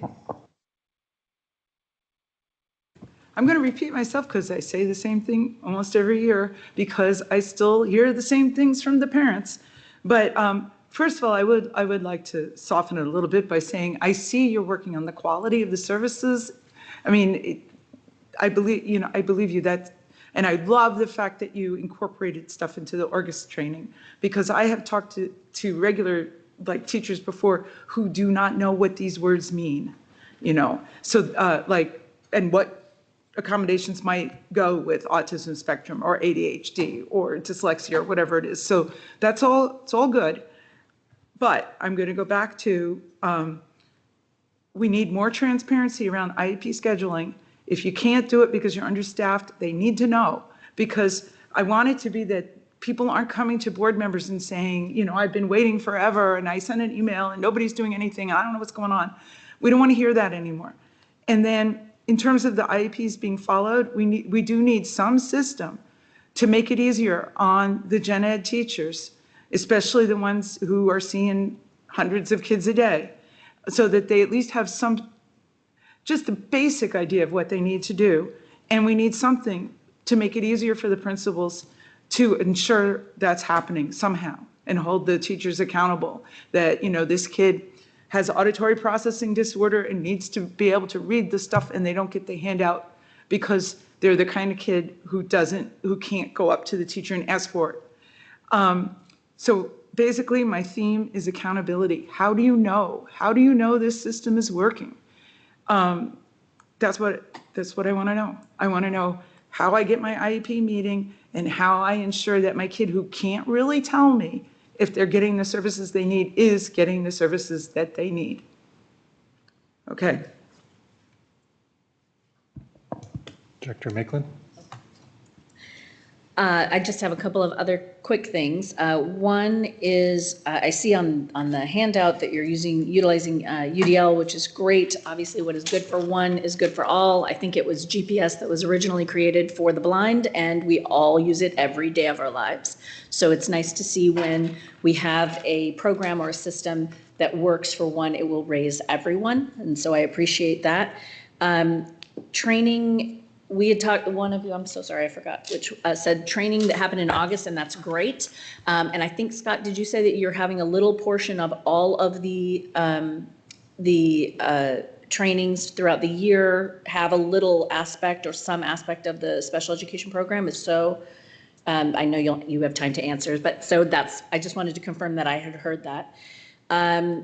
And again, I don't know if I made myself very clear on the first time around because I have to admit I'm a little nervous today. I absolutely love that this follows the student, but I would agree that if we had a similar page for the teacher for their period, that would be both sides of the coin. And I think I'm seeing nodding, so that may already exist.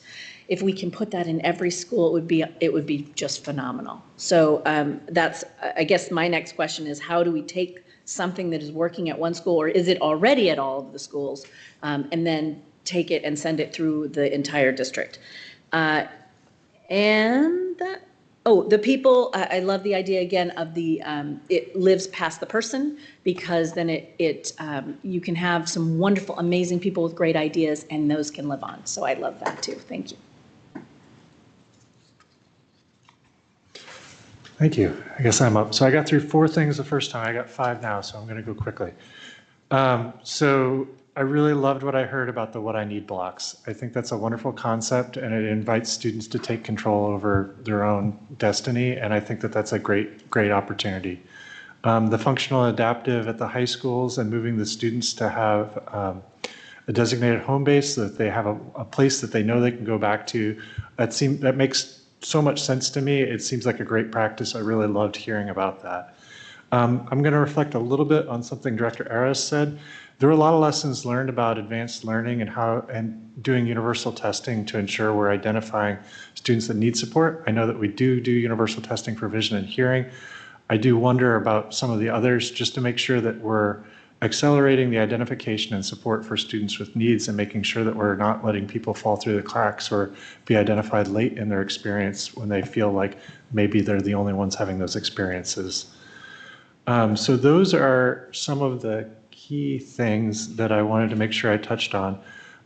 One of the things on special ed is it often gets layered with other challenges that limit their ability to fully access services, whether that's multi-language learners, which I'm hearing from other districts is a specific challenge, because not only do you have the students who are often dealing with multiple languages, you also have their parents who may not be fluent in the language that we use primarily in our schools, and that may delay their ability to engage with some of our services unintentionally.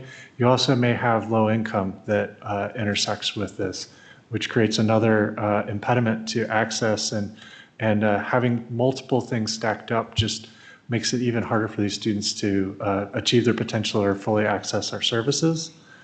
I'm a big metric person.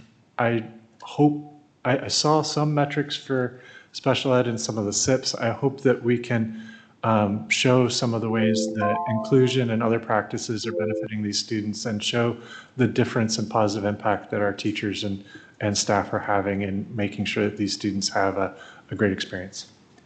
I'm going to throw it to Dr. Aramaki as the superintendent to respond. Okay, awesome. Thank you. Just because of time, I think maybe I'll close out, and then some of the questions that we have here, we can get. I'm sorry, did Tracy give it? Okay. Sorry. That's okay. So just a couple things I wanted to just mention in closing. First of all, Sammamish, Stevenson, you guys are knocking it out of the park. I mean, really, really outstanding work. I think you can hear the passion from the board, because as you know, special education is a very big deal. Like, there's a lot of stress in the system because of special education. There's a lot of hope in the system because of special education, but you can hear it in their comments. It's a big deal for parents. It's a big deal for kids. And nobody says it better than you, but it's a big deal for all of you. So I just want to kind of point that out there. Everybody cares about it. Special education is probably the most important focus for us right now in moving forward as a system.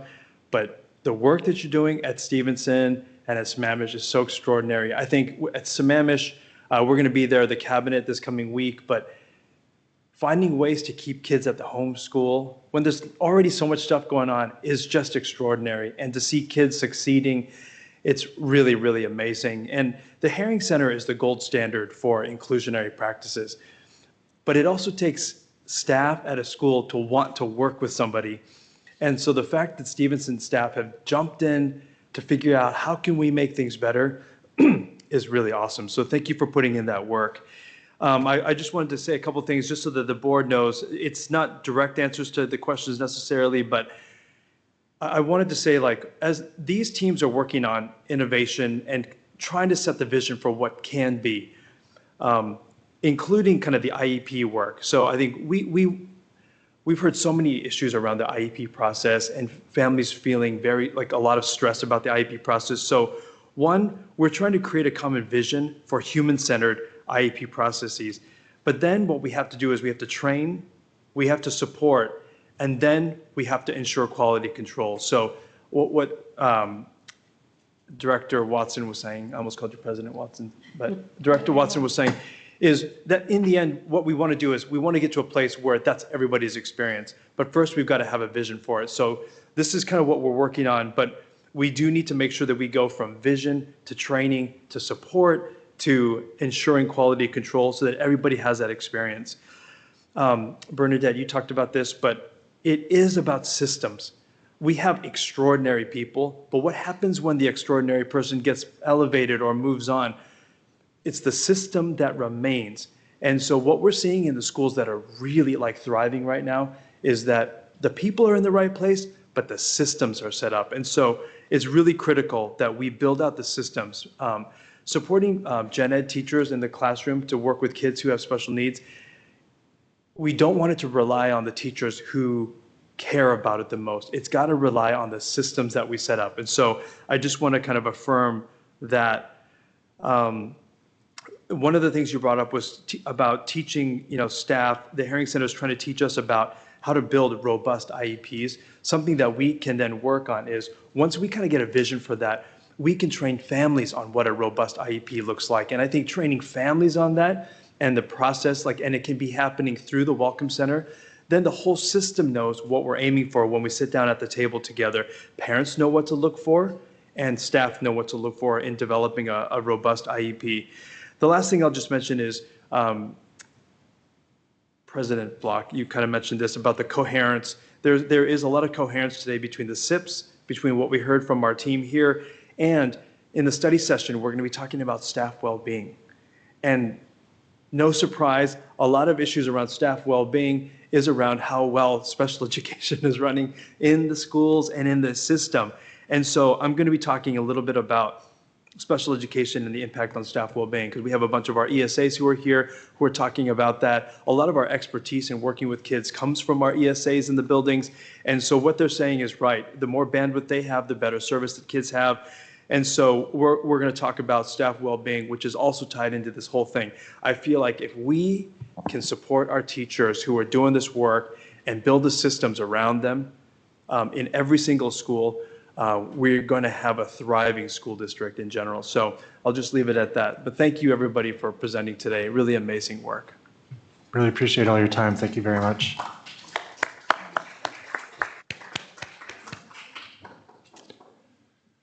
And we will quickly transition to the approval of the 2025 school improvement plans. I don't know if there was an intended presentation on this.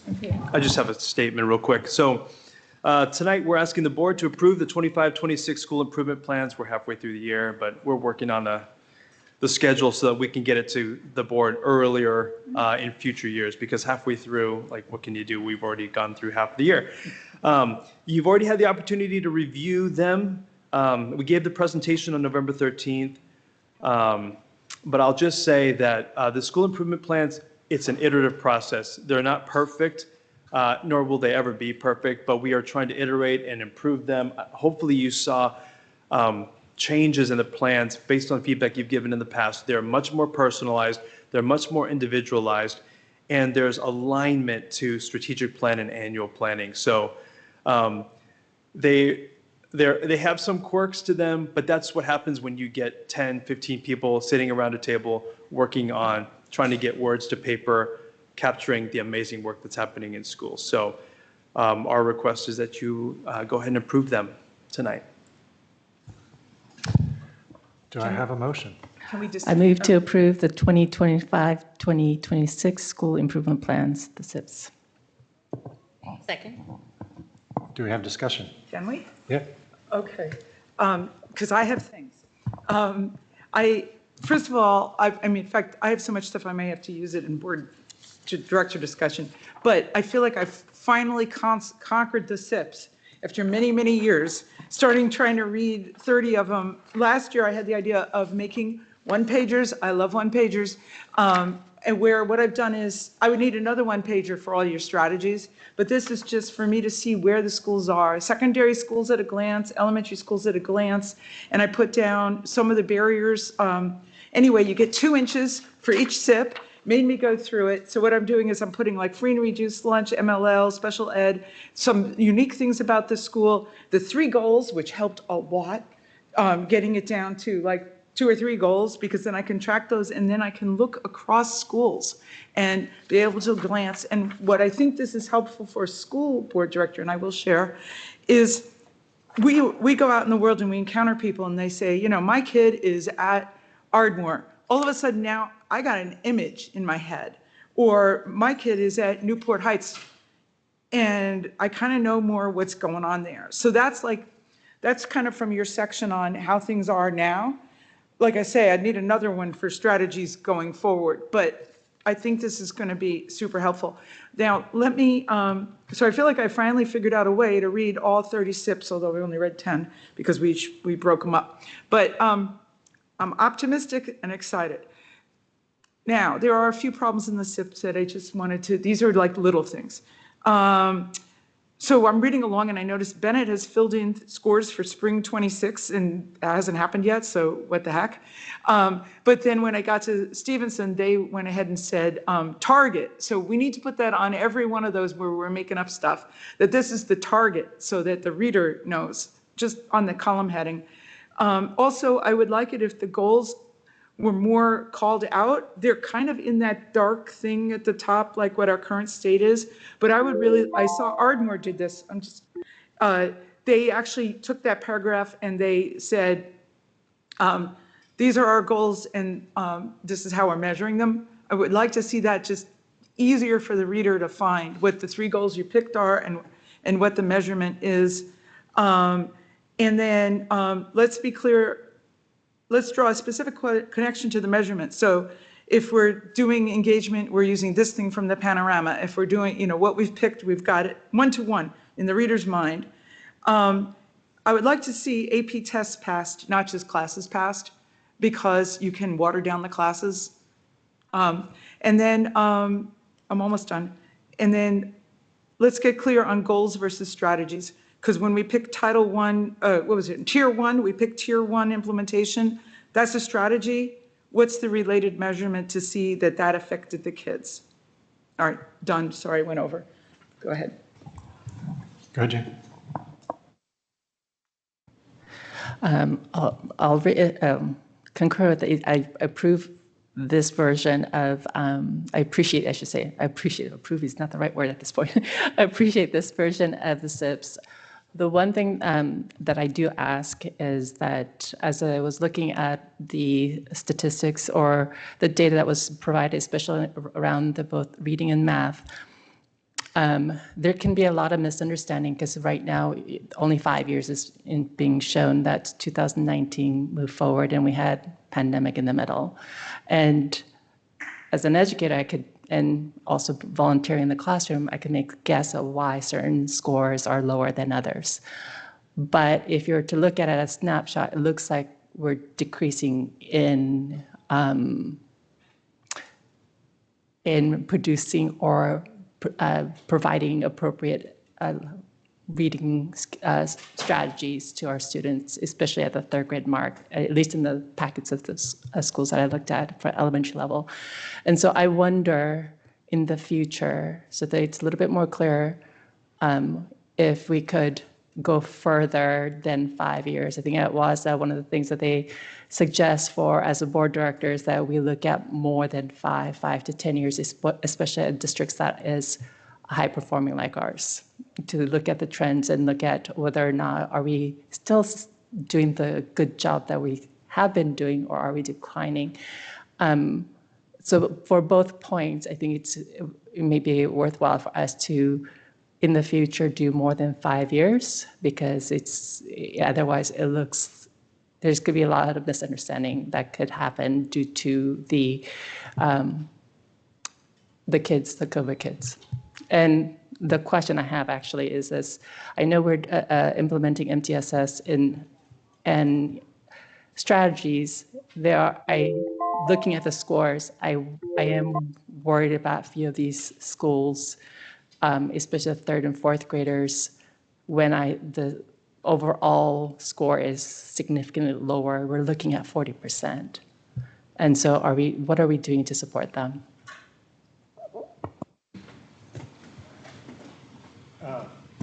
Sure, I'll go next.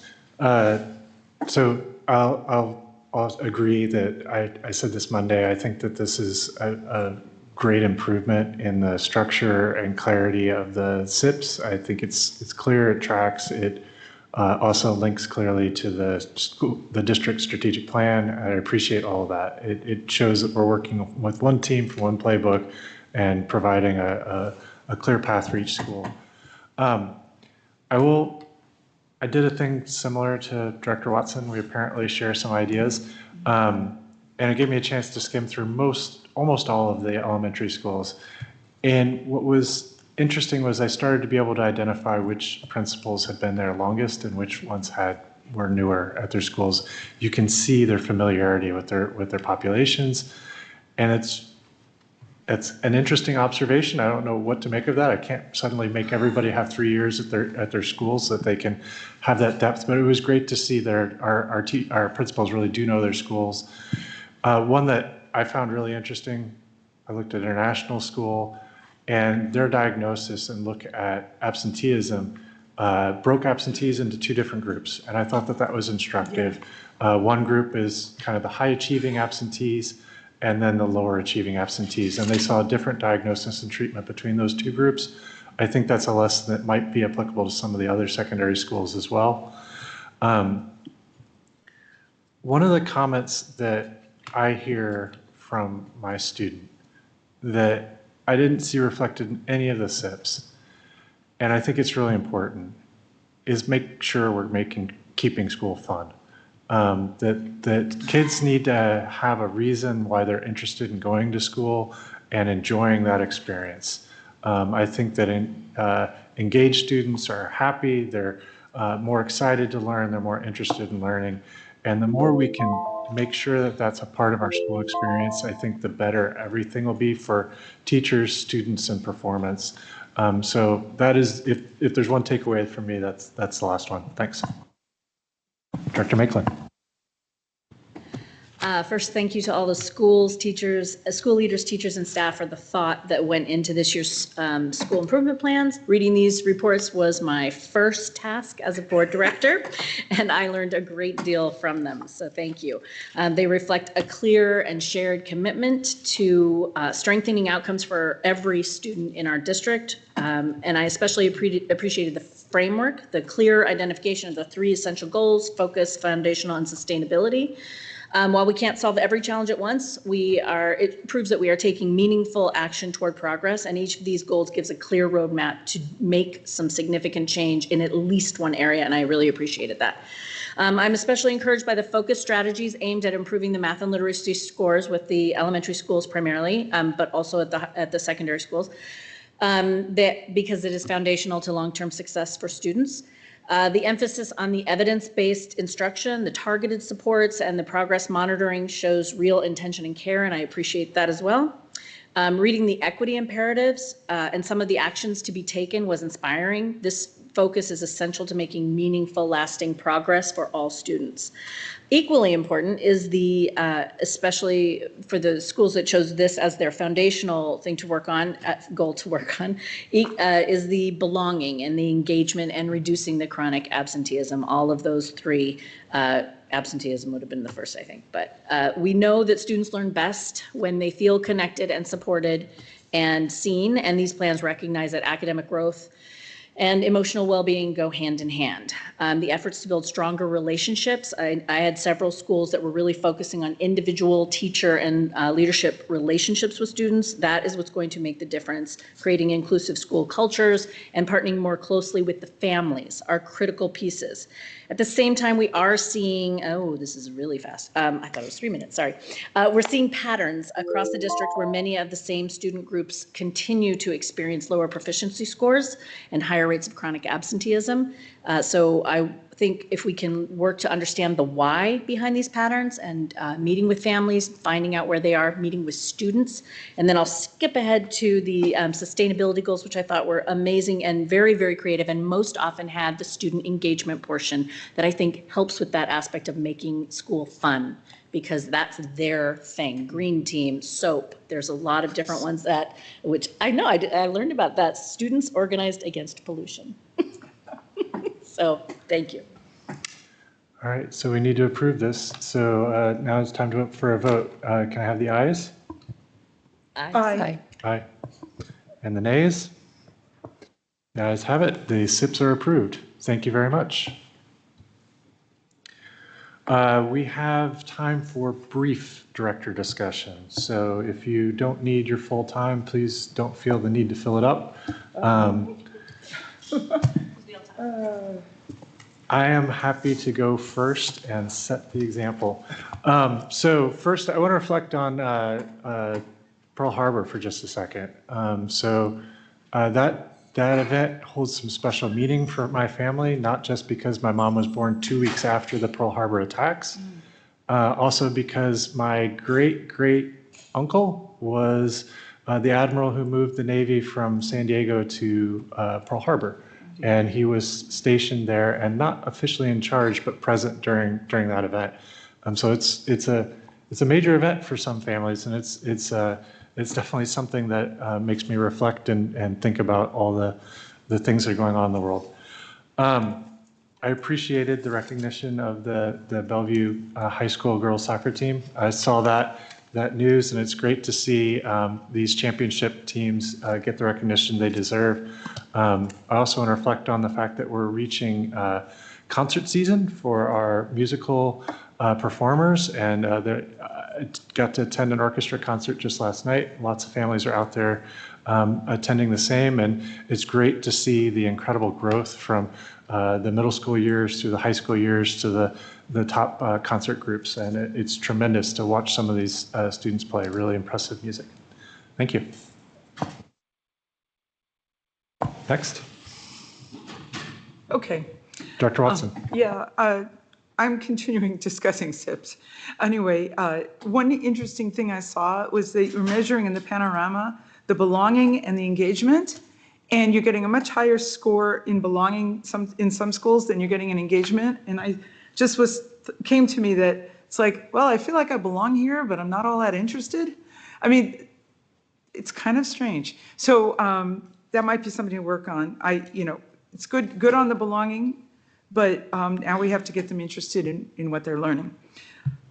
Number 2, I like the Ardmore visit a lot, and then reading the SIP afterwards was really informative, but I just about fell out of my chair when I saw one of the subgroups in the math was like at 5th grade math was at like 7%, and I understand that there could be reasons. In fact, I can guess at what some of the reasons are, transients and also language issues. But the overall was 19% making grade level on SBA in 5th grade math. So it just struck me. I mean, I know you know this. And then Okay, we went to the WASDA conference, and that's always an interesting thing every year. I had a couple of really big takeaways. One was this thing about how do you check up on what the finance department is doing. And somebody asked in one of the breakout sessions I was in, and the suggestion was compare their reports to the reports that are filed with the county treasurer. And I'm like, this is the first time I'm hearing this in 10 years. So we have vowed that maybe we'll start doing that, and that is another check and balance we can add. And then a thing I heard in ledge rep training was, why don't we invite one of our legislators, elected officials, to come be principal for a day? Like, okay, shadow a principal for a day. Let's not have them actually making all the decisions, but so they get a sense of what you're going through in the schools, because there are a few that haven't been in the schools in a really long time. So I thought that was an interesting suggestion. And I think that's it for me for now. Okay. Director Harris. Yes, I have to say WASDA every year is very informative and overwhelming and a lot of information to take. And I very much appreciate the keynote speaker calling out extroverted introvert, because that's me. I was ready to go home and be an introvert and have my quiet time. So there's a lot of good nuggets of information, and it's a great opportunity to network and hear what other districts are doing, as well as it was also at the time where I was nominated and elected as the co-chair for the WASDA Federal Relations Network, which means I signed up myself for more work. Yay!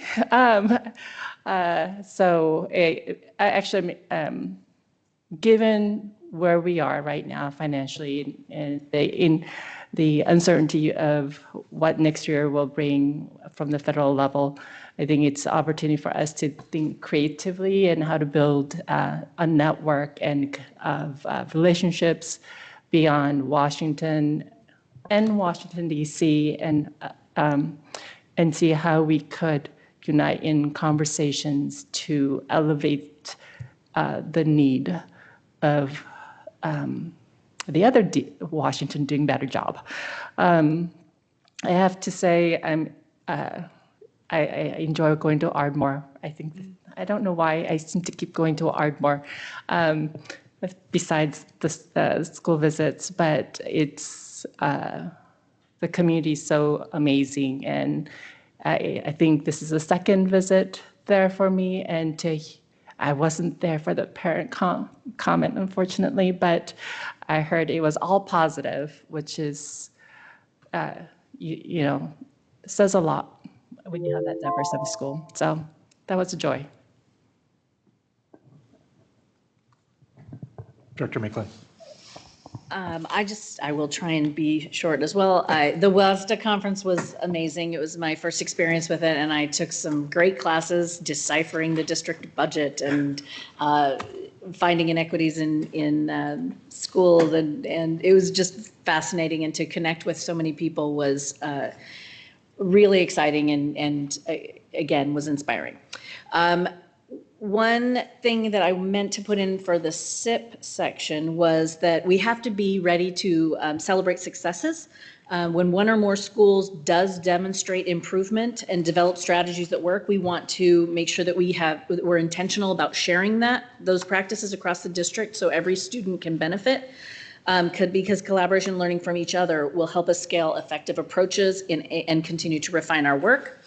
I did have one of my schools had a section that said, that talked about chronic tardiness at the high school level, and it was that 17% of the high schoolers that I read about were chronically tardy to their first period, and they attributed it to inconsistent daily engagement.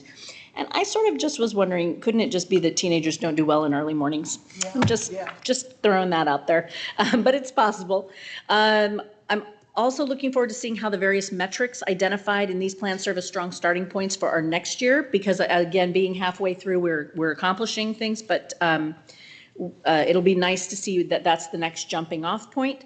I love using appreciate the combination of empirical data and empathy interviews and student engagement. Again, that's my big favorite. And then one thing I did forget was special ed. If somebody could maybe ask Scott, I was interested to read about the Inclusive Education Exploration Lab that is apparently above the Welcome Center, where educators can design, test, and refine inclusive practices.